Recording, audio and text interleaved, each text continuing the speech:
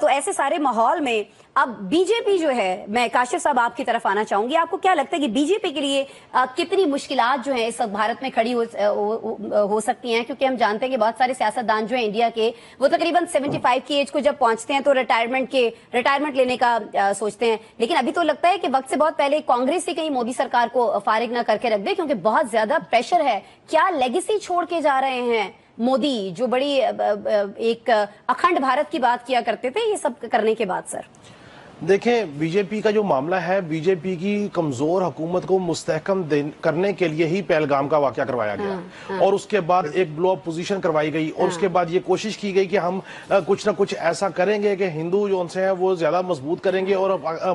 جو مودی اور الیکشن جیتے گا آنے والا، الٹی پڑ گئی سب تدبیریں، کچھ نہ دوا نے کام کیا۔ جی بالکل۔ اب معاملہ یہ ہے کہ اب مودی صاحب کو یہ ٹینشن شروع ہو گئی کہ ان کے ساتھ جو اتحادی ہیں، اگر وہ صرف انہوں نے ہلکا سا ایسے سائیڈ ماری تو حکومت جو سی ہے وہ چینج ہو جائے گی، اور میں یہ سمجھتا ہوں کہ اس خطے میں دیر پا امن کے لیے بہرحال وہاں پہ جو ایکسٹریمسٹ مائنڈ کے لوگ حکومت میں ہیں ان کو وہاں سے ہٹانا چاہیے، تاکہ سیکولر اور ماڈریٹ لوگ حکومت میں ہیں، اور ترقی کی بات تبھی ہو سکتی ہے۔ ایک اور منٹ میں آپ کا اضافی دوں گا، آگے چونکہ بجٹ کا دورہ ہے، میں یہ سمجھتا ہوں کہ درد مندانہ اپیل کرنی چاہیے ہمیں کہ جو دفاعی بجٹ کے اوپر ماضی میں 2-3 دہائیوں میں پاکستان میں تنقید کرتے رہے، ان کو آج یہ سوچنا چاہیے کہ اگر وہ دفاعی بجٹ تھا، یہ دفاع مضبوط تھا، تو آج ہم یہاں پہ کھڑے ہوئے۔ جو بات فورسز کی ہم نے کی، دیکھیں اس سارے ایڈونچر میں، اس ساری جنگ میں جو مسلط کی گئی، ایک نئی فورس پاکستان کی ابھر کے سامنے آئی، وہ سائبر فورس تھی، جس نے 70% بجلی بند کر دی، جس نے کنٹرول روم ان کے چوک کر دیے، جنہوں نے ان کے جہازوں کے سسٹم چوک کر دیے۔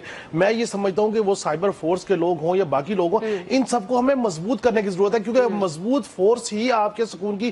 پیراداری کر سکتی ہے۔ اس کے علاوہ جو سیاسی طور پہ مودی نے ایکٹ کیا، میں یہ سمجھتا ہوں اس کو اتنا زیادہ نقصان پہنچا کہ اب جو بات ٹرمپ کر رہے ہیں کہ